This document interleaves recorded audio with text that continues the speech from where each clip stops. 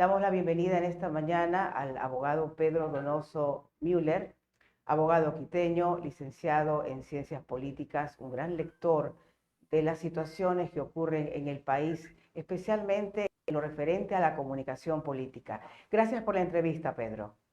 Oli, muchas gracias a usted por la invitación. Buenos días. Buenos días. Voy a referirme en primera instancia a lo inmediato, a lo que ocurrió ayer. Tras la intervención de la señora Elizabeth Otavalo, hubo la votación para determinar una comisión de fiscalización sobre el caso María Belén Bernal. ¿Qué es lo que resulta sorprendente? Que 88 votos hayan sido afirmativos, 22 negativos, un blanco, 17 abstenciones. ¿Cómo se puede entender que hayan votos negativos en blanco o abstenciones frente a un caso sobre el que todos queremos esclarecimiento? La votación debería haber sido unánime. ¿Cómo entender lo que ayer ocurrió en la Asamblea Nacional?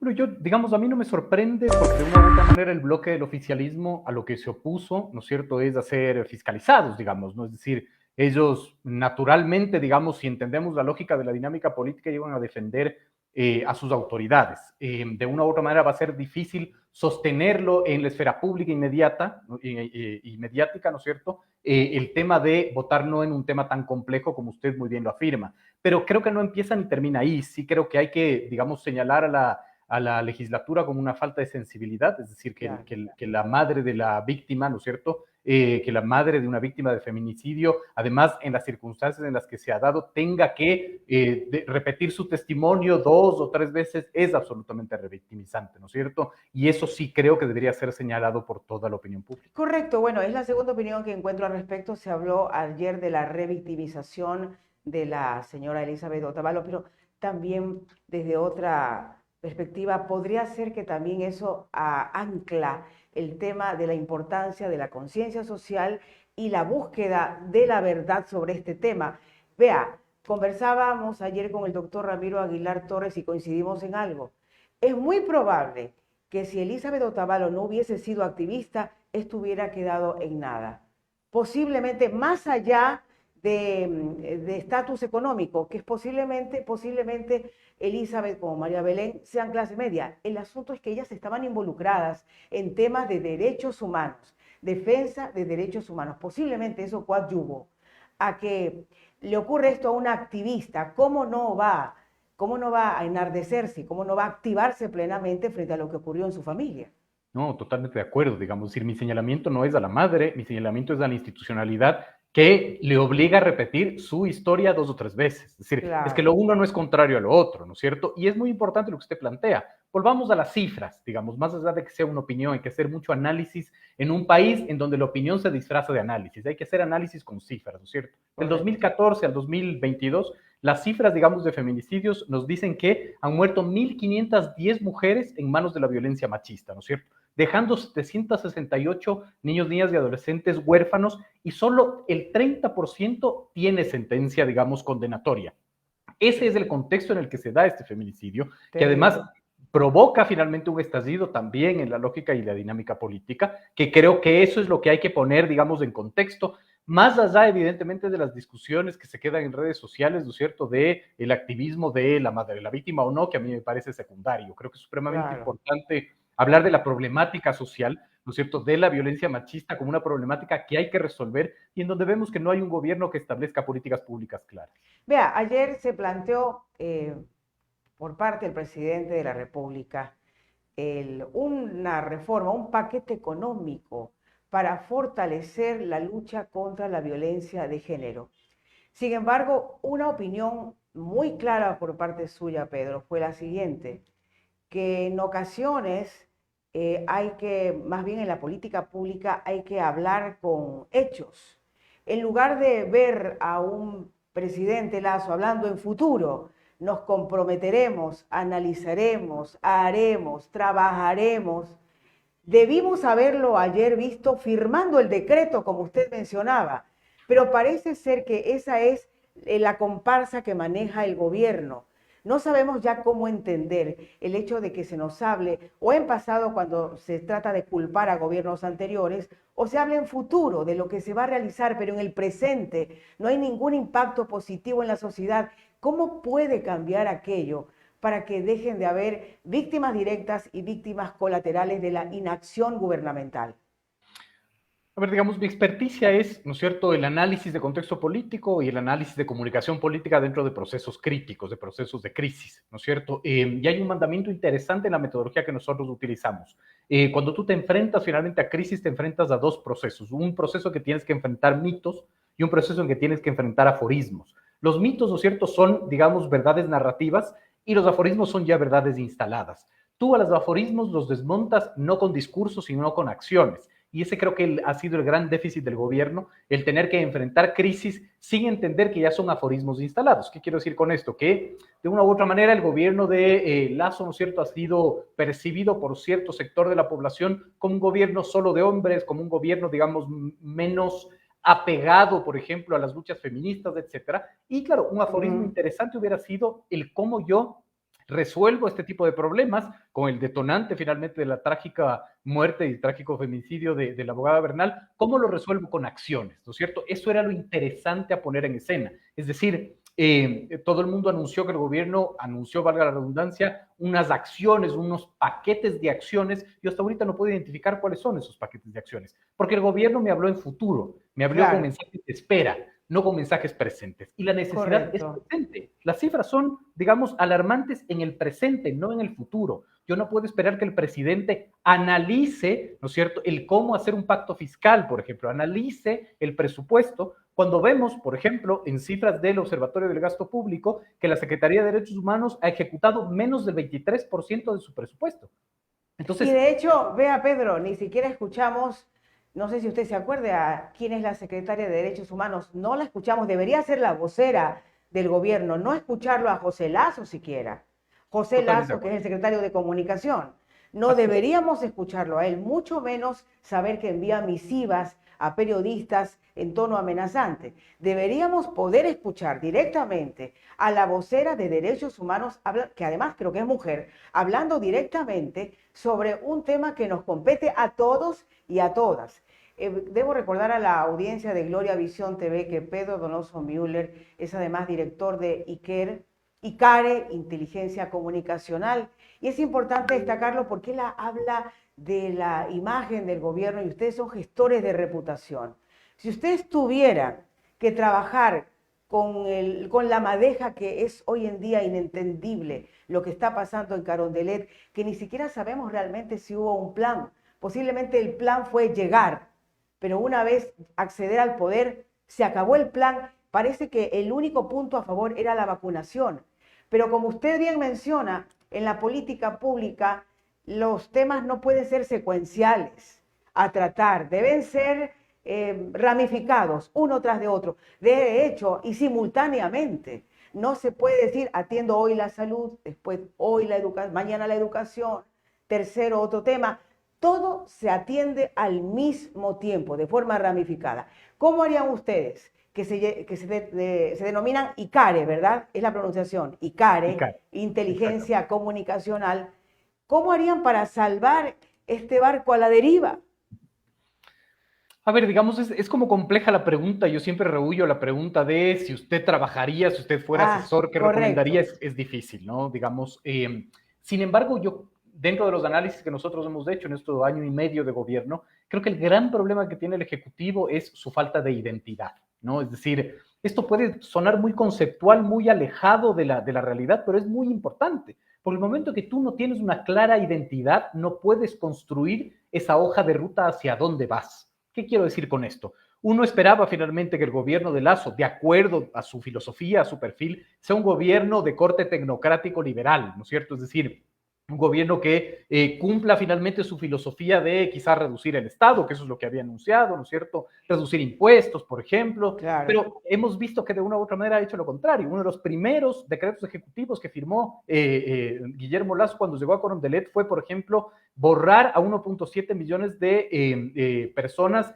que adeudan en, digamos, en el buró de crédito, ¿no es cierto? Ujú. Que es una medida absolutamente demagógica porque evita finalmente que los bancos o quienes entregan créditos puedan ver cuál es el historial crediticio de cada uno de los ciudadanos y ciudadanas. Esa es una medida totalmente contraria a lo que nosotros esperaríamos que es del gobierno de Lazo. No estoy diciendo que estoy en contra o a favor, sino lo que estoy diciendo es que en Carondelet no existen espejos con el cual el gobierno pueda reflejarse y decir, esta es nuestra identidad, por lo tanto, esta es nuestra hoja de ruta. Es decir, el gobierno es muy reactivo frente a las crisis y se queda mucho, ¿no es cierto?, en no proponer una agenda política. Y la política tiene que ser de propuestas, no solo, digamos, en lo onírico, sino también en cómo yo establezco cuál es la hoja de ruta, pero sobre todo cuál es el debate conceptual político. El gobierno no ha resignificado los conceptos, por ejemplo, no ha hecho propuestas, no marca la agenda política. Y la política como la comunicación son espacios en donde los espacios vacíos no se quedan vacíos, alguien los llena. Entonces, cuando el gobierno no propone, la oposición es la que propone y finalmente hace que el gobierno solo sea reactivo y salga a apagar incendios en vez de establecer, digamos, una línea de debate conceptual, de acciones, etcétera, para resolver los graves problemas que tiene el Ecuador. Da la impresión de que realmente el presidente cuando asume la presidencia y resulta que ganó la presidencia de la República, no existía un plan y empezó a aprender sobre la marcha. Pareciera que en esta curva de aprendizaje está todo el mundo un poco perdiendo y saliendo atropellado. Le quisiera preguntar además, plantearle en el tema de las reformas constitucionales, de la bulla mediática, de cierto respaldo que el presidente parece tener y en el que parece afincarse, creímos realmente que tras el movimiento, tras los actos del movimiento indígena, habría tal vez un cambio de mira, un cambio de posición. ¿No vio usted contraproducente el hecho de que siempre fuesen enviados, delegados, y no asistiera el mismo presidente de la República? Era el momento brillante para destacarse como un presidente conciliador, pragmático. Tenía frente a él a Leonidas Issa, podía ya establecerse acuerdos. O pensó, ¿qué hay de por medio? ¿Algún plan secundario, ego, vanidad tal vez? ¿Qué Yo podría existir? no podría responder esa pregunta porque no lo sé, digamos. Yo quiero volver al contexto, ¿no es cierto? Digamos, este es un gobierno que se desarrolla en un contexto muy complicado. Y eso sí creo que hay que reconocer finalmente, ¿no es cierto? Es decir, el gobierno de Lenín Moreno fue un gobierno que se desactivó y que se desarmó todo lo que se podía desarmar, ¿no? Es decir, por ejemplo, la violencia carcelaria se debe mucho a la incapacidad del gobierno de Moreno de establecer financiamiento público a el tema de las cárceles, por ejemplo, ¿no? Entonces, creo que el gobierno de Lazo heredó, digamos, una circunstancia muy compleja, pandemia, violencia, inseguridad, etcétera, etcétera, etcétera, ¿no es cierto? Las cifras nos dicen, por ejemplo, que a septiembre han muerto 3.174 personas en el Ecuador. Esto quiere decir que matan a cada, digamos, a una persona cada 2.1 hora en el Ecuador. Y eso es gravísimo. Y eso, digamos, yo creo que se hereda de una situación de rompimiento de tejido social, alto nivel de desempleo, pobreza, pobreza extrema, etcétera, etcétera, etcétera, ¿no? Entonces, sí creo que, digamos, Lazo también heredó un gobierno muy complicado y una realidad muy complicada, lo cual no le quita responsabilidad y lo cual no le quita responsabilidad a un gobierno que, de acuerdo a las cifras que nos ha dado el Observatorio del Gasto Social, ha ejecutado menos del 40%, ¿no es cierto?, en el mes 8 o 9 del 2022. Es decir, este es un gobierno finalmente que no ha ejecutado el presupuesto que tenía destinado en ministerios claves, ¿no es cierto? El ministerio que menos ha ejecutado me parece que es el Ministerio de Energía, con menos del 6% de ejecución presupuestaria. Eso es gravísimo. ¿Y qué provoca esto? Las cifras que nos dan las encuestadoras. Perfiles de Opinión, en su última encuesta de mediados de septiembre, publica dos cifras que a mí me parece que son absolutamente alarmantes. 15.58% de los consultados creen en el Estado. Esto quiere decir que solo 1 de cada 10 cree en el Estado. Eso es gravísimo. Y Porque de una u otra manera... fíjese que con el caso de María Belén Bernal, la credibilidad del presidente Lazo ha descendido al 13%. Y realmente hay personas que ni se explican cómo puede mantenerse inclusive ese 13%. Solamente se podría explicar por parte de los funcionarios, la familia de los funcionarios, personas que de alguna u otra forma, están medrando o drenando del sector público. De hecho, ayer nos enteramos de una persona que en redes sociales se manifestaba en contra de todo lo público y ha sido viceministra de Educación. Es decir, lo que usted mencionaba, no hay una identidad.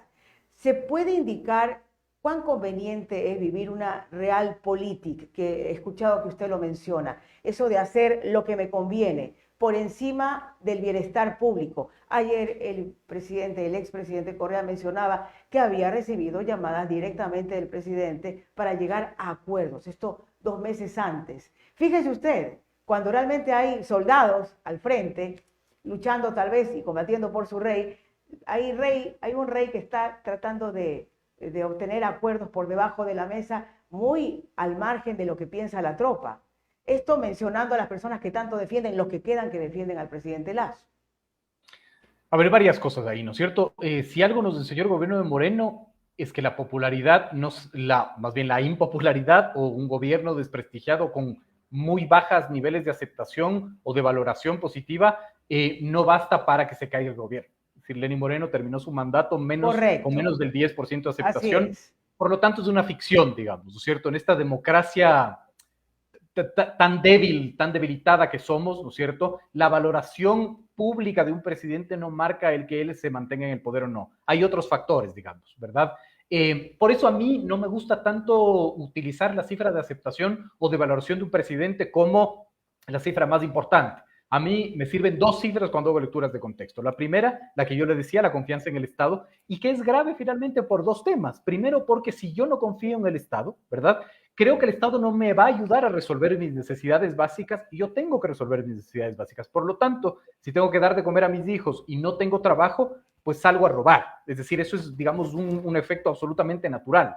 Y el segundo es que el Estado tiene la obligación de ejercer la política, entendiendo la política como la administración de las tensiones sociales. Si el Estado no administra las tensiones sociales que se dan naturalmente en el escenario real, ¿no es cierto?, en, digamos, el ecosistema de la dinámica social, alguien va a tener que administrar esas tensiones sociales y usualmente son los que están en tensión, ¿no? El Ecuador ha vivido clivajes y sigue viviendo clivajes históricos, ¿no es cierto? Costa-Sierra, por ejemplo, no estoy hablando de regionalismo, ¿no es cierto? Estoy hablando de intereses, por ejemplo, de, qué sé yo, élites empresariales, financieras, económicas, políticas, sindicales, que tienen una visión en la costa y una visión en la sierra. Ese aún es un clivaje en el Ecuador. Por ejemplo, el clivaje empleadores-trabajadores, el clivaje importadores-exportadores.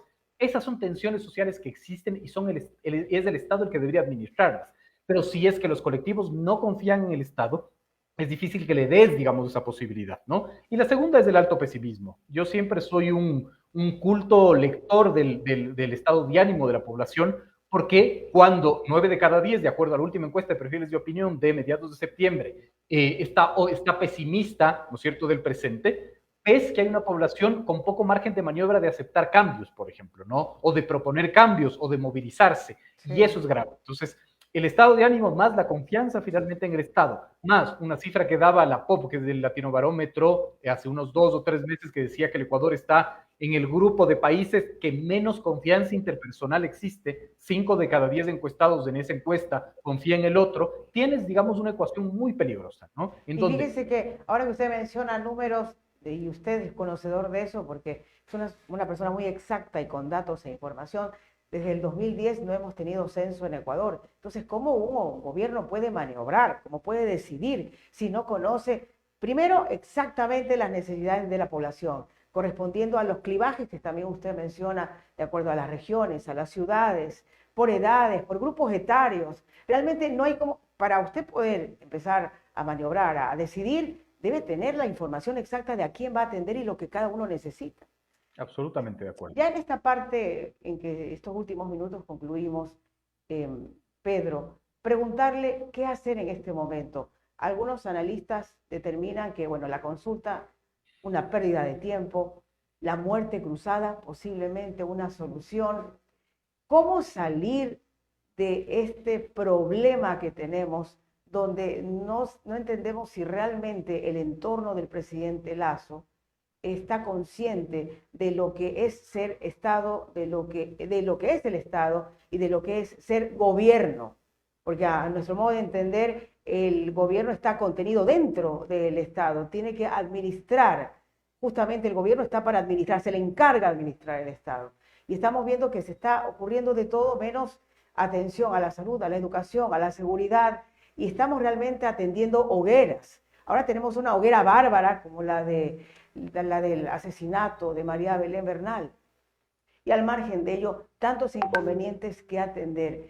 ¿Cómo responder hasta el 2025? ¿Cómo debería responder? ¿Cómo debería activarse el gobierno, quedando todavía años de un periodo que se nos torna a algunos interminable? Respondamos del qué y el cómo, Loli. El qué finalmente creo yo que hay dos cosas que hay que hacer, ¿no es cierto? Inyectar optimismo, ¿no es cierto? Y recuperar la credibilidad del Estado con presencia del Estado. El cómo, gobernando. Es decir, no hay otra manera. Y gobernar finalmente significa crear, diseñar políticas públicas, ¿no es cierto?, debidamente financiadas. Yo soy incapaz de reconocer 5 políticas públicas del gobierno, no solo en materia de seguridad, sino en general, o el gobierno no nos está contando lo que está haciendo, o en verdad no hay una planificación de política pública. Para que los televidentes entiendan qué es la política pública, son planes, programas y proyectos que deben estar debidamente financiados. Creo que es importantísimo que el gobierno establezca políticas públicas, ¿no es cierto?, claras, debidamente financiadas, para atacar 5 o 6 problemas que son los que están sucediendo en el Ecuador, ¿no es cierto? Desempleo, pobreza, pobreza extrema, acceso finalmente a servicios públicos, educación, salud, etcétera. Porque además la tragedia del país no es solo que el Ejecutivo tiene una baja ejecución presupuestaria de menos del 40%, sino también los gobiernos seccionales. Un portal digital decía, pero si el Ejecutivo tiene poca o baja ejecución presupuestaria, regresen a ver a los municipios y las prefecturas que tienen también baja. Y eso es gravísimo también, porque quiere decir Estado, ¿no es cierto?, que es, digamos, la representación pública de todos, a quien nosotros le encargamos que nos ayude a transaccionar, ¿no es cierto?, la vida diaria, no está haciendo su trabajo, y eso es lo que provoca el estado que estamos viviendo. Con estos cambios que se han dado internamente, en que se mueven figuras, unas se van sin responder. Por ejemplo, el día de hoy debe, así como compareció la señora Elizabeth, se acercará al pleno de la Asamblea también el ex ministro Carrillo, Diana Salazar, fiscal general, también está el secretario general Diego Ordóñez. Quién sabe lo que vayan a decir. Sobre todo me llama la atención lo que vaya a decir Diego Ordóñez, porque cada vez que él hace un pronunciamiento en redes sociales, inicia otra hoguera y no busca realmente aclarar, sino solamente arengar a favor del gobierno sin dar ninguna explicación. Tal como están las cosas, Pedro, en un contexto de problemas que no imaginábamos, en todos los años que tenemos de conciencia como ciudadanos, como votantes, pocas veces hemos visto un partido de dominó tan tenebroso como el que estamos atravesando en este momento, porque el sector social, cero atención, más bien vivimos de escándalo en escándalo. La Asamblea Nacional también está, como se suele decir en Manaví, por las patas de los caballos. Realmente no hay una credibilidad salvada por parte de ninguna institución. Cuando el presidente Lasso inicia su mandato y lo hace determinando una cifra, 100 minutos, ¿cómo alguien no pudo avisorar una demagogia contenida en la campaña y una demagogia pura en los 100 minutos en que prometió arreglarlo todo? Entonces, nada de lo que está pasando nos debería asombrar. Ayer hemos escuchado la declaración de Anderson Boscan, donde determina que pronto se va a revelar un caso de corrupción que vincula con Petroecuador. Y algo determinó, vamos a ver si realmente esa información es publicada, inclusive determinó que si algo le pasaba, pues responsabilizaba al gobierno de lo que le podía pasar, porque además mencionó que de eso era conocedor el presidente Lasso. Y le menciono esto porque muchas veces los comentarios que se escuchan es: presidente, cambie su entorno, presidente, lo están engañando, presidente, usted no escucha, presidente, sáquese la venda de los ojos, cuando lo que están determinando es que el presidente Lasso es conocedor de todo lo que está ocurriendo en casos irregulares y en casos de corrupción. Digamos, hay tantos problemas en el país que es difícil como tener una lectura real, ¿no es cierto? Este sigue siendo el país de los quiénes y no del qué, ¿no? Es decir, digamos, yo siempre digo, istas y antis, ¿no es cierto?, salen a reclamar o a proteger dependiendo de quién sea el que cometió el tema, ¿no es cierto? Y creo que la democracia en el Ecuador necesita empezar a madurar, dejar de ser esta predemocracia y establecer que, digamos, la corrupción es corrupción independientemente de quién la haya cometido, ¿no es cierto?, en qué espacio, etcétera, ¿no? Y que como sociedad deberíamos señalar a la corrupción como un mal, digamos, real y no como sucede en este país, ¿no? Lo que yo intento repetir siempre, que es la corrupción es de estética. Es decir, aquí nos depende si es, digamos, si el corrupto es mi enemigo, lo acuso, si el corrupto es mi amigo, me callo. Y creo que eso tiene que terminar. Bárbaro. Necesitamos, o el gobierno necesita, para empezar, desde la forma, unificar vocerías. Es decir, no puede ser que unos voceros nos digan una cosa y otros voceros nos digan otra.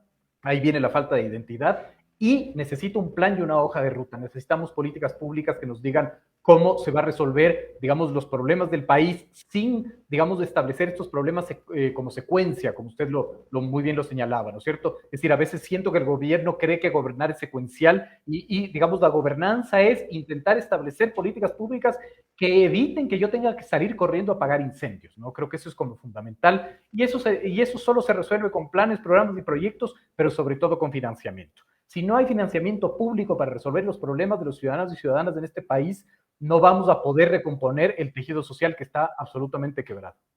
Usted me ha recordado cuando menciona que si todo es bueno o malo dependiendo de si es mi amigo o enemigo, recordaba esta frase que le adjudican a Perón, de al amigo todo, al enemigo ni justicia, que me parece una de las frases más canallas que se puedan encontrar, ¿verdad? Al enemigo ni justicia. Ojalá, Pedro, que por el bien de todos se encuentre un rumbo, porque tal como planteaba un político que usted muy bien conoce, muy conocedor también, muy buen lector de la cosa pública, de la cosa política, el único camino es no soportar hasta el 2025, sino buscar una vía constitucional.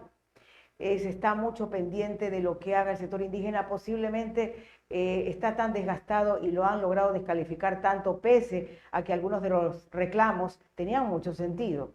Lo que correspondería tal vez es que haya algún tipo de activación por parte de grandes gremios, organizaciones, porque a todos de alguna u otra manera está afectando este no actuar por parte del gobierno.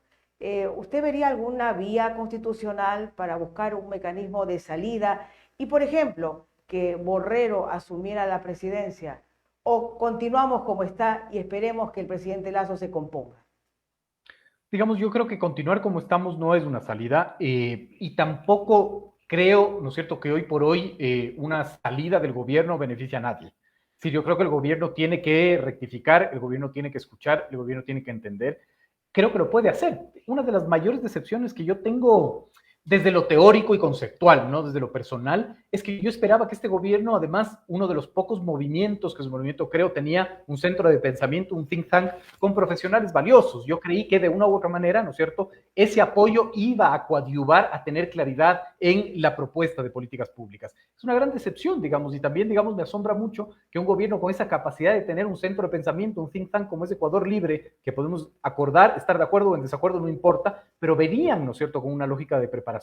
Creo que el gobierno tiene que rectificar, creo que el gobierno tiene que leer el contexto real, creo que el gobierno tiene que entender lo que está sucediendo, creo que la vía del diálogo es la más importante, yo creo que siempre hay desgaste cuando el conflicto sigue en la calle, creo que los conflictos hay que sacarlos de la calle, creo que las mesas de diálogo tienen que entenderse como medios y no como fines, esas mesas de diálogo tienen que tener resultados puntuales, lo del subsidio a los combustibles tiene que darse finalmente y resolverse un problema de 40 años en este país, creo que es importante, pero de una u otra manera, si no tenemos una política pública clara y una hoja de ruta de parte del gobierno, va a ser muy difícil. Pero insisto, yo creo que de una u otra manera el gobierno tiene que rectificar y entender que, digamos, más inestabilidad política y también evidentemente los movimientos sociales, inestabilidad política creo que solo agravaría el problema que estamos viviendo. Correcto lo que usted menciona, el think tank debió provenir precisamente de organizaciones adscritas al gobierno o directamente al presidente Lasso como Ecuador Libre, correcto. Pero realmente hemos visto, poco parafraseando, entonces el tanque vacío, porque realmente entonces hubo un engaño, no había ideología, no había tal vez, y lo peor, más que ideología, Pedro, no había la intención de servir, es muy probable. Vamos a ver en el decurrir de los tiempos, finalmente le toca a cada uno lo que se merece. Muy probablemente este periodo tenía que vivirlo el presidente Lasso. Sin embargo, es terrible que estamos siendo un poco todos tal vez arrastrados en esta, como le mencionaba, curva de aprendizaje tenebrosa, donde hay ausentismo escolar, desatención en la salud, créditos. Yo pude escuchar testimonios de agricultores manavitas que están totalmente defraudados, aquellos que votaron y aquellos que no votaron por el gobierno, porque igual, aunque no hayan votado, había un beneficio del crédito y ha sido incumplido, mucho menos de lo que se prometía, de 5.000 a $500 y con 30 años de plazo e inhabilitados. Vea, escuché el testimonio de un agricultor, $5.000, crédito por 30 años y queda inhabilitado en esos 30 años para pedir otro préstamo. ¿Qué puede hacer con $5.000 y además quedar inhabilitado para acceder a otro mecanismo crediticio? Bueno, eso y otros temas que se viven desde todas las clases sociales, desde las personas que están en vulnerabilidad también y la clase media.